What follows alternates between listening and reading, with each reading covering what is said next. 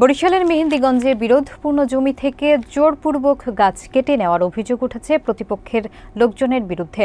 উপজেলার চর এককরিয়া ইউনিয়নের একটি এলাকায় চলমান মামলাভুক্ত ২০% জমি থেকে প্রতিপক্ষরা গত মঙ্গলবার এবং বুধবার ২ দিনে প্রায় ৩০ থেকে ৩৫টি বিভিন্ন প্রজাতির গাছ কেটে নিয়েছে বলে দাবি করেছেন ভুক্তভোগী।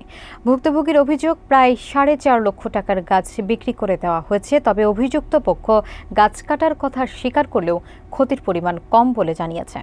বিস্তারিত দেখুন ইউসুফ আলী সৈকতের প্রতিবেদনে।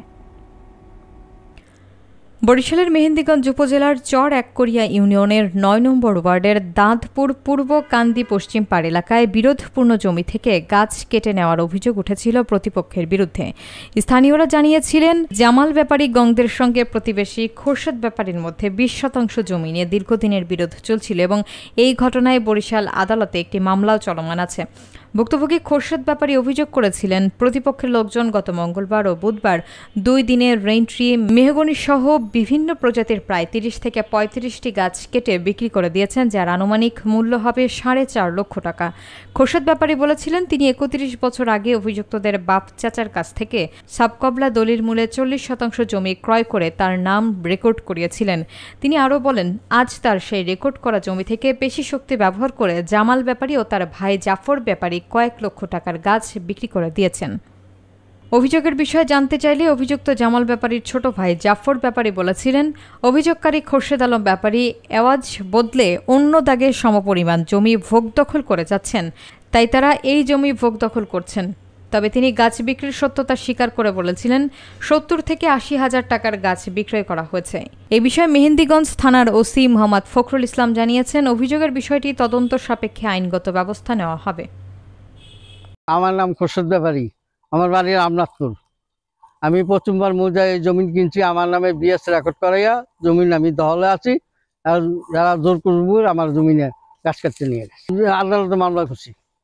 এরপর থানায় পিটিশন করছি, গাছ আবদ্ধ রাখা, হ্যাঁ 2 দিন রাখা, 3 দিনের দিনে আমার গাছ সব ফেরা কাটিয়ে লিয়া যায় মানুষজন লিয়া। কিছুকে মার্কি হেরা কাগজপত্র দেয়, কয়েকবার সালিশি আমার নামে দলিল রেকর্ড সব আমার নাম ইমাম হোসেন, আমি দলিল ব্যাপারী ছেলে, তার উত্তর দিতে হবে। এই জায়গা জমি আমার বাপের হিসাবে আমরা পাইছি, এই হিসাবে হ্যার সম্পত্তি এর কাছে কিছু ব্যথা হয়েছে, এটি হ্যার বাড়ির কাছে দিয়ে দিছি। হ্যাঁ বাড়ির দিয়েও খাইতে চায়, এনেও খাইতে চায়।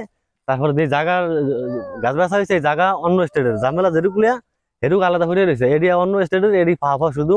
এই পর্যন্ত 2টা মামলা করছে হয়রানিমূলক।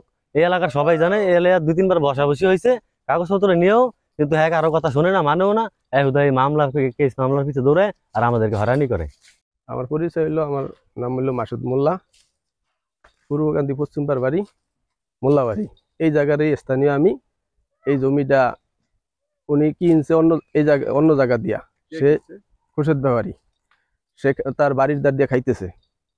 এনে কিন্তু সে কোনো জমি পাইব না। এই জমি হলো জামালের, এই জমি জামালের। আর হে একটা ফলট ওই পশ্চিম পাশে হেয়ার ফলটের গাছ হ্যাঁ বেঁচে কিনে নিয়ে খাইছে।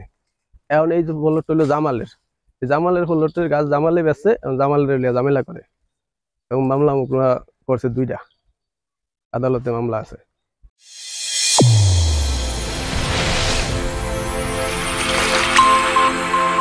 চ্যানেল A1 হৃদয়ের স্পন্দন।